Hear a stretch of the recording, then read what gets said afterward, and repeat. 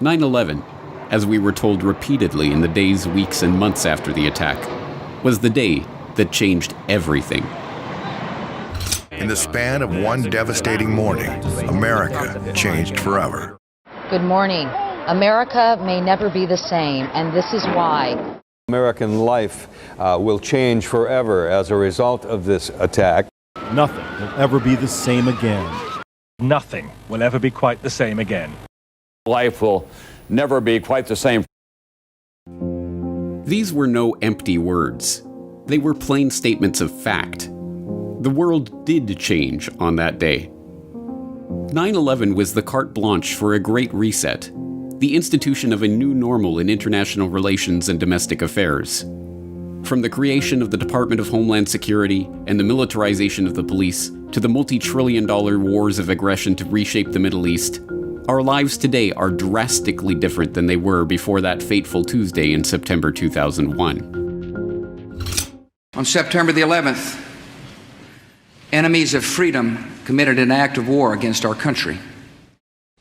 If September the 11th hadn't happened, our assessment of the risk of allowing Saddam any possibility of him reconstituting his programs would not have been the same. For the first time, airport security will become a direct federal responsibility. I don't understand how a sexual assault can be made a condition of my flying. This is not considered a sexual assault. It would be if you weren't the government. The old fact sheet said the primary function of the FBI is law enforcement. That makes sense. That's what we grew up with. The new fact sheet says the primary function of the FBI is national security. If you see something suspicious in the parking lot or in the store, say something immediately. Report suspicious activity to your local police or sheriff. If you need help, ask a Walmart manager for assistance. All of this was brought upon us in a single day, and night fell on a different world, a world where freedom itself is under attack. The Obama administration's internal legal justification for assassinating U.S. citizens without charge has been revealed for the first time. I don't know. If the president's going to kill these people, he needs to let them know. Some of the people might be terrorists or people who are missing fingers. Some people have stains on their clothing. Some people have changed the color of their hair. Or people who might like to pay in cash. Or people who have 7 days of food on hand. NYPD Commissioner Bill Bratton is warning that terrorists are using cell phone encryption and literally getting away with murder. Every nation in every region now has a decision to make. Either you are with us or you are with the terrorists. But nearly 2 decades later, 9/11 has gone from a touchstone event shaping all of the Western world's national security decisions to a fading cultural memory of a trauma that took place before the newest generation of high school graduates were even born. 9/11 is no longer a driving political issue. But, as if on cue, a new event has come along to throw the world into chaos. Once again, we are being told that the world has changed forever. This is not normal. At least it wasn't until a few weeks ago, when everything we take for granted, everything, moved just beyond our grasp. As a global community, we've experienced a once-in-a-lifetime event that will shift and reshape our behaviors and perceptions for quite some time. This will be the new normal until a vaccine is developed. Meaning the new normal could last for months, even years. So a return to normal as we knew it is not on the cards in the near future. And, once again, this is no empty rhetoric. Governments, businesses, and NGOs are now coordinating at the international level on a great reset to once again completely reshape the world we are living in. History would look at this crisis as the great opportunity for reset. The Great Reset is a welcome recognition that this human tragedy must be a wake-up call. It is imperative that we reimagine, rebuild, redesign, reinvigorate, and rebalance our world. Reset cannot mean We can't think of it in terms of sort of pushing a button and going back to the way things were. And the normal was a crisis. The normal was itself not working. I think all Canadians understand that the restart of our economy needs to be green. It also needs to be equitable. It needs to be inclusive. What we're going to have to figure out, and I think what we're all going to have to figure out together, is what our new normal looks like. Our new normal includes physical distancing from others. Our new normal includes wearing masks where appropriate. Our new normal includes us knowing where this virus is each and every day, where we live, where we work, where we want to travel. In parts of Europe, immunity passports are being considered for people who are believed to be immune to the coronavirus. While in China, some cities have already implemented QR codes that generate a color in order for officials to enable how freely an individual may move around outdoors. Those paying attention will have already noted the parallels between the war on terror declared after 9/11 and the war on the invisible enemy that has been declared on COVID-19. In fact, the security imperatives imposed by this pandemic crisis are so similar to those imposed by the terror crisis that, in many cases, the new security screening tools that are being put into place to combat COVID-19 are openly acknowledged to be mere upgrades of screening tools deployed after 9/11. Most people know Clear by going to the airport. It was born after 9/11. This is another crisis with a new component that's being born. Explain what this product is in terms of how it's going to work relating to COVID. So you're right. Clear was born out of 9/11, and it was about a public-private partnership leveraging innovation to enhance homeland security and delight customers. And that was really the beginning of Screening 1.0. And just like screening was forever changed post 9/11, in a post-COVID environment, you're going to see screening and public safety significantly shift, but this time it's beyond airports, right? It's sports stadium, it's retail, as Dana talked about, it's office buildings, it's restaurants. And so while we started with travel at our core, we're a biometric secure identity platform where it's always been about attaching your identity to your boarding pass at the airport, or your ticket to get into a sports stadium, or your credit card to buy a beer. And so now with the launch of Clear Health Pass, it's about attaching your identity to your COVID-related health insights for employers, for employees, for customers. Everybody wants to know that each other's safe to start to reopen businesses and get America moving. Right. Yes, in some ways, the coronavirus security state is merely an extension of the 9/11 security state. But even more disturbing parallels between 9/11 and COVID-19 are to be found at a deeper level of analysis. It is true that, just like the response to the 9/11 attacks, the response to the COVID-19 crisis is being framed in terms of security. But whereas the post-9/11 era introduced America to the concept of homeland security, security from terrorists, individuals with identifiable intentions belonging to groups with stated political goals, the COVID-19 era is introducing the world to an altogether more abstract concept: biosecurity. Originally employed to describe threats to the environment, the introduction of invasive species to a habitat, for instance, or the transmission of infectious diseases among crops and livestock, the term biosecurity was injected into mainstream political discourse when the 2001 anthrax attacks linked bioterrorism to the global war on terror. Suddenly, biosecurity was a pressing national security threat, and an entire architecture of national and international legislation was introduced to institute procedures for implementing medical martial law. In the US, the Model State Emergency Health Powers Act was passed in multiple state legislatures, giving governors the power to forcibly quarantine and even force vaccinate their populations in the event of a declared public health emergency. On the international level, the World Health Organization adopted the International Health Regulations in 2005, obligating all 196 WHO member nations to recognize declared public health emergencies of international concern, like pandemic disease outbreaks, as a global threat requiring international cooperation. Some have even argued that the legislation is broad enough to allow organizations like NATO leeway to enter countries in the interest of controlling the outbreak.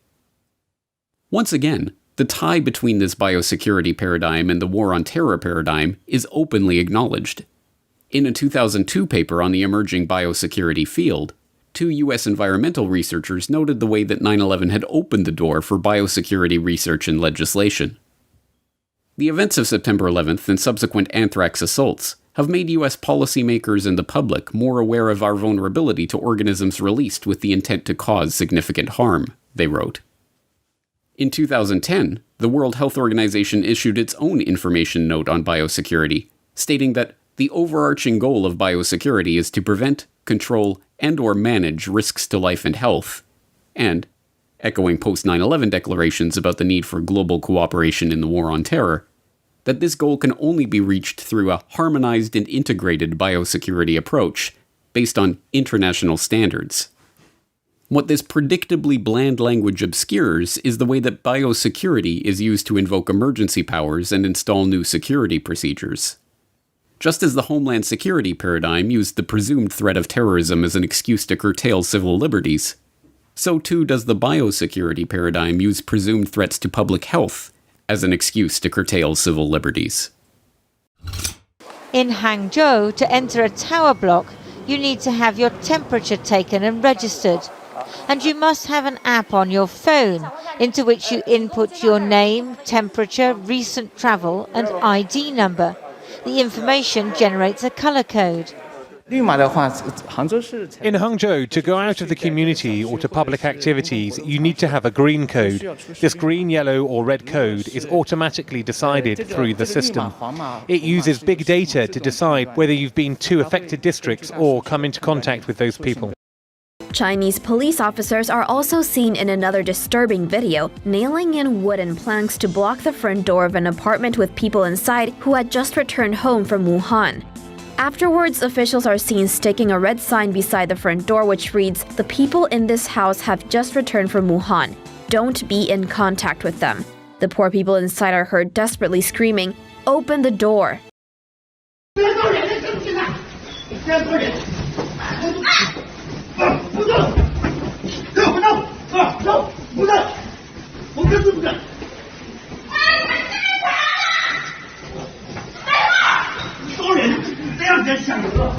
Melbourne is in full lockdown tonight as historic Stage 4 restrictions take effect, forcing entire industries and shopping precincts to close. Health officials say it's the only option to stop the second wave, and we'd be looking at 20,000 cases if we hadn't shut down. Can you record this? I'm in my pajamas. What's this? I have an ultrasound in an hour. Yeah, she's pregnant, so take it easy. What's this about? But I have an ultrasound in an hour. Let me finish and I'll explain. It's in relation to a Facebook post, in relation to a lockdown protest you put on for Saturday. Yeah, and I wasn't breaking any laws by doing that. You are actually. You are breaking the law. That's why I'm arresting you in relation to How can you arrest her? That's... Police are preparing to launch their aerial arsenal as part of a crackdown on COVID rule breakers. High-powered drones will be used to find people not wearing masks and cars too far from home. Dragonfly's public health and safety system uses standard 4K cameras to provide anonymized data on social distancing, heart rate, respiratory rate, and fever detection. My orders are sa police pati military.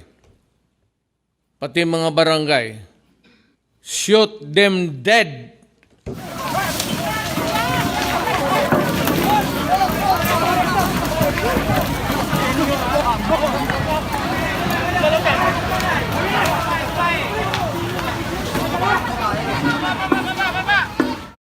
Why are you surrounding my children? Please step away from my children. Please step away from my children. The children are fine. I'm fine. Right, but I've got cuffs that are too tight on my arms. All I was doing was shopping. I explained to you that I don't have to have a mask on for health reasons. And then 3 people come up to me, start twisting my arms up. For what? What's done him? Can you tell me why I'm under arrest? Why have I got cuffs on? Right, well, you can't just detain me under what law? Well, at the moment, we don't have specific powers, but they will come very shortly, I'm sure. But in the British policing model, we always start by talking to people. We always start by advising people. We can talk even more firmly to people. Who the think you're grabbing? Hey, who you grabbing? Who the are you grabbing? No, get off me! I've told you, no! Now get off me! Or I'll get you locked up. Now get off me! Now you've been told. Get the Oi! Who the are you grabbing there? I'll spray you, mate. What? You're not spraying me for nothing? He hasn't done nothing wrong. He hasn't done nothing wrong. There's a significant police presence there. A number of these protesters chanting freedom.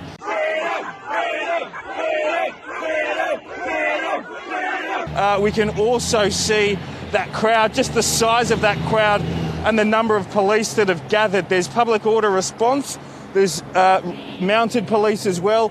Also riot police have mobilised to try and manage this crowd. The nightmarish police state that is coming into view on the back of this pandemic panic is not a temporary state of affairs, nor is it a haphazard set of measures thrown together on an ad hoc basis. It is the creation of a new form of governance. This new form of governance relies on the perceived sense of crisis, in this case a public health crisis, to justify constant surveillance of the public and new powers to inhibit the travel of anyone deemed a health risk. Famed Italian philosopher Giorgio Agamben has documented how this biosecurity state is being erected on the back of the panic that 9/11 and the War on Terror helped induce in the public. We might say that once terrorism was exhausted as a justification for exceptional measures, the invention of an epidemic could offer the ideal pretext for broadening such measures beyond any limitation.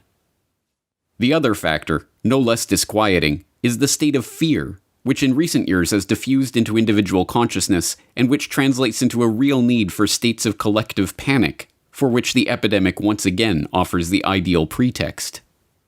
Therefore, in a perverse vicious circle, the limitation of freedom imposed by governments is accepted in the name of a desire for safety, which has been created by the same governments who now intervene to satisfy it. The parallel nature of 9/11 and COVID-19 as catalyzing events ushering in states of collective panic and, ultimately, new forms of governance is seen most clearly in the area where these two paradigms overlap: bioterrorism. The molten steel on the ground zero pile had not even cooled before the American public and the people of the world were confronted with the specter of bioterrorism. Beginning a week after 9/11 and continuing for weeks thereafter, a series of letters containing anthrax spores were mailed to media personalities and government officials in an apparent continuation of the terrorist attack on the US. The letters were quickly tied to both Al-Qaeda and Iraq in the mainstream media. Peter, from three well-placed but separate sources tonight, ABC News has been told that initial tests on the anthrax sent to Senator Daschle have found a telltale chemical additive whose name means a lot to weapons experts. It is called bentonite. It's possible other countries may be using it too, but it is a trademark of Saddam Hussein's biological weapons program. It does mean for me that Iraq becomes the prime suspect as the source for the anthrax used in these letters. The 24/7 coverage of the event in the media ceased abruptly, however, when it was discovered that the strain of anthrax used in the attacks sourced not to Iraq, but to the US military's own bioweapons laboratory at Fort Detrick, Maryland. But this convergence of terrorism and biosecurity did not start with the anthrax attacks. It began in June of 2001, a full 3 months before 9/11 and the declaration of the War on Terror itself. That was when a number of ranking US military and intelligence officials took part in Dark Winter, a high-level exercise that simulated the US's response to a smallpox attack on the homeland by bioterrorists. The drill, co-hosted by the Johns Hopkins Center for Health Security, took place at Andrews Air Force Base on the 22nd and 23rd of June 2001, and even involved fake news reports that were broadcast to the participants as the simulation unfolded.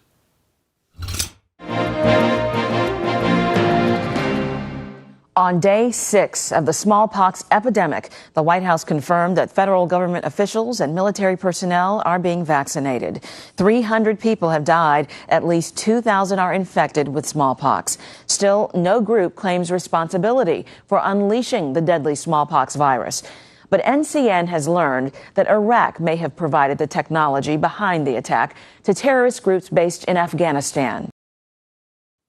In an incredible parallel, the same Johns Hopkins Center for Health Security that co-hosted Dark Winter also co-hosted Event 201, a simulation of a globally spreading novel coronavirus pandemic that was held in New York just months before the declaration of the globally spreading novel coronavirus pandemic that hailed the advent of the era of biosecurity. This exercise similarly involved fake news broadcasts. It began in healthy-looking pigs, months, perhaps years ago. A new coronavirus spread silently within herds. Gradually, farmers started getting sick. Infected people got a respiratory illness with symptoms ranging from mild flu-like signs to severe pneumonia. The sickest required intensive care. Many died. Unsurprisingly, many of the same characters that were involved in the promotion of the bioterror scare under the old Homeland Security paradigm have been influential in promoting the COVID-19 scare under the new biosecurity paradigm. The phrase Homeland Security itself was popularized in Washington in the late 1990s and capitalized on by the Answer Institute, which formed an Institute for Homeland Security in 1999, led by Randall Larson, a professor and department chair at the National War College. The Institute prepared a course on Homeland Security, which was to be co-taught by Larson and his National War College colleague Robert Kadlec. Coincidentally, the course was slated to begin on September 11, 2001. Part of the course syllabus included a review of the Dark Winter exercise, which the Institute for Homeland Security co-created. The name Dark Winter derives from a statement made by Larson's colleague, Robert Kadlec, credited as a biowarfare defense expert during the exercise's fake news broadcast. And the problem is we don't have enough vaccine to go around. Meaning we don't have enough vaccine for the United States? Well, I would like to think that, but we don't have sufficient stockpiles for the people in Oklahoma, Georgia, or Pennsylvania, much less for the entire United States population. Well, that certainly doesn't sound encouraging. What do you mean exactly? Angie, it means it could be a very dark winter for America. Sobering. Thank you very much for joining us, Dr. Kadlec. A career officer and physician in the United States Air Force, Kadlec would go on to contribute to the FBI's investigation of the 2001 anthrax attacks, and then serve in several key biosecurity-related roles in the George W. Bush White House. During this time, Kadlec helped draft the Pandemic and All Hazards Preparedness Act.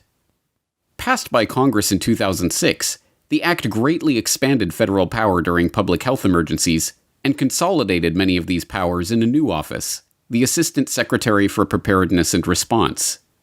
Then, in what Kadlec has called just a coincidence, Trump appointed Kadlec himself to that position in 2017.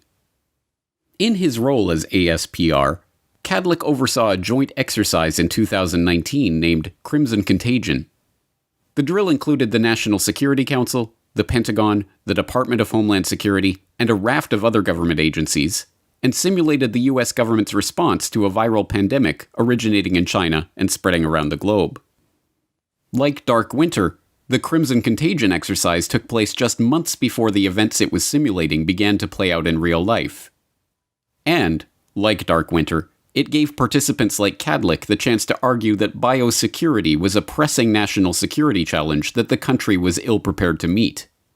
An argument that he made to Congress with Dr. Anthony Fauci by his side just 1 week before the first reports of the novel coronavirus spreading in China. Dr. Kadlec, what keeps you up at night when you think about preparedness for the next big flu outbreak? Pardon me. Thank you, ma'am. I appreciate the question. I mean, I sleep like a baby. I wake up every 2 hours screaming. Like me. Yeah. But I think the key thing here is a pandemic. Quite frankly, I have the unique background on this committee or this dais to have served 2 years on the Senate Intelligence Committee and looked at the many threats that face the United States, but there is no singular threat that could devastate our country through our health and our economy and our social institutions than pandemic influenza. Yeah. And we had 4 during the last century, and even though we've had a mild one in this first century, I think the risk is that we'll have another severe one, and that would devastate our country. Then there's Donald Rumsfeld. As Secretary of Defense in the first term of the George W. Bush administration, there are few people more closely associated with the War on Terror. Rumsfeld, too, has been intimately associated with the emerging biosecurity state for decades. In the 1980s, he personally participated in secret meetings with Saddam Hussein that resulted in anthrax, botulism, and other chemical weapons being sent from the US to Iraq. In the 1990s, he was named chairman of Gilead Sciences, a California biotech company that profited handsomely from the scramble for Tamiflu during the bird flu scare of 2005, and which is currently profiting handsomely from remdesivir as a result of the COVID-19 scare. The data shows that remdesivir has a clear-cut, significant positive effect in diminishing the time to recovery. There are many others whose careers blaze the same trail, transitioning seamlessly from the Homeland Security state to the biosecurity state. People like Dr. Richard Hatchett, who served as Director for Biodefense Policy under George W. Bush, then as Acting Director of the Biomedical Advanced Research and Development Authority, and Acting Deputy Assistant Secretary in the Office of the Assistant Secretary for Preparedness and Response within HHS, before becoming the CEO of CEPI, the Bill and Melinda Gates Foundation co-founded Coalition for Epidemic Preparedness Innovations. In his position as global health expert, Hatchett made waves back in March for his alarmist pronouncements about the SARS-CoV-2 pandemic. This is the most frightening disease I've ever encountered in my career, and that includes Ebola, it includes MERS, it includes SARS. And it's frightening because of the combination of infectiousness and a lethality that appears to be many-fold higher than flu. That so many of the people who were there at the birth of the War on Terror are currently acting as midwives to the biosecurity state should come as no surprise. After all, the biosecurity paradigm is not a replacement for the terror paradigm.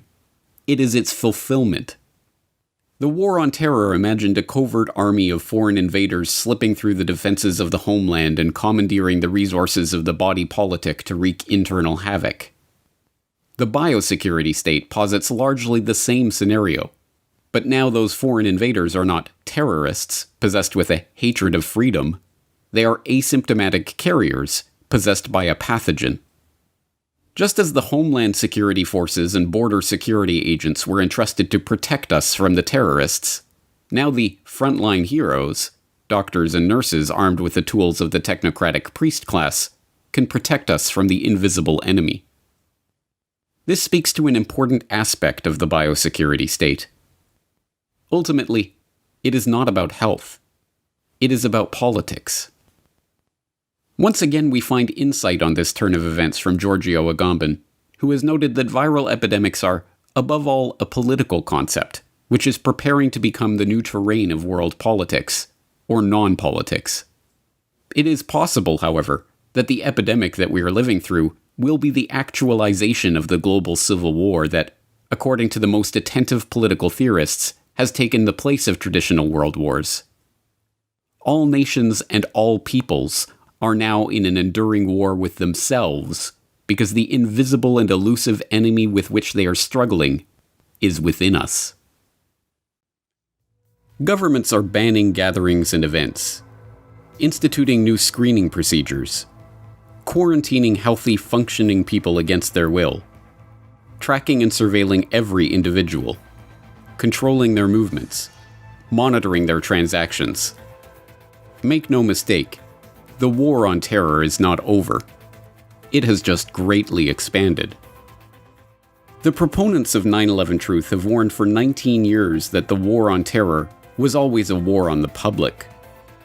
Long pushed to the margins of the political debate, that viewpoint has been vindicated as the terrorist label is replaced by the asymptomatic carrier label, and all the machinery of the police state is wielded against everyone who opposes the biosecurity takeover.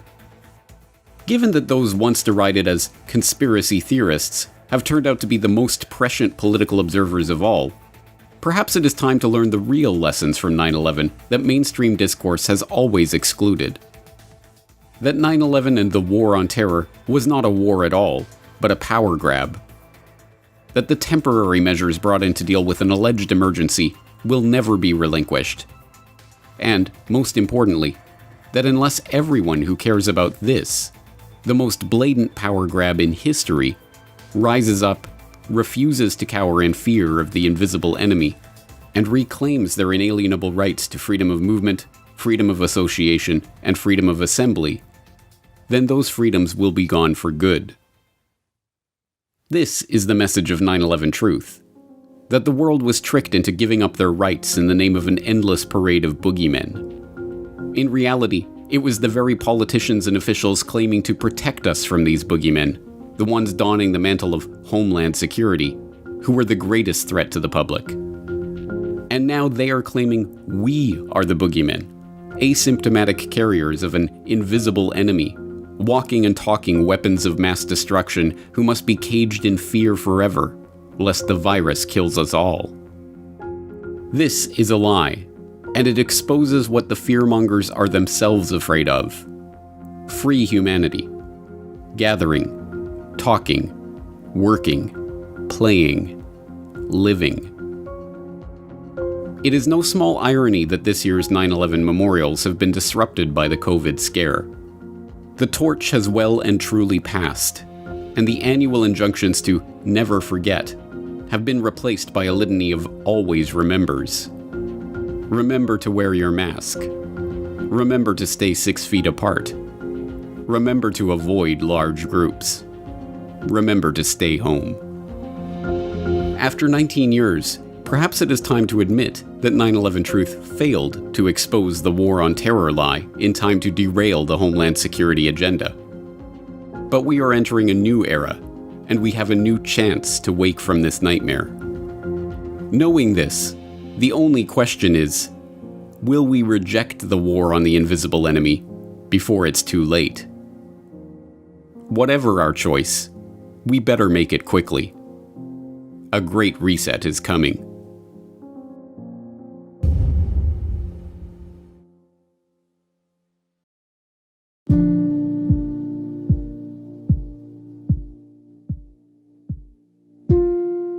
Great harm has been done to us.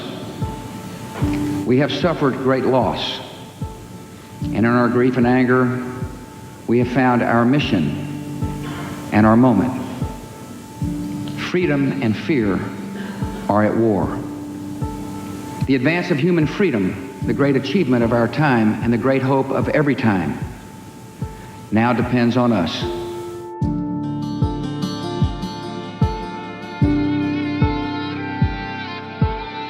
I want to assure the American people that we're doing everything we can each day to confront and ultimately defeat this horrible, invisible enemy. We're at war. In a true sense, we're at war. And we're fighting an invisible enemy. Think of that.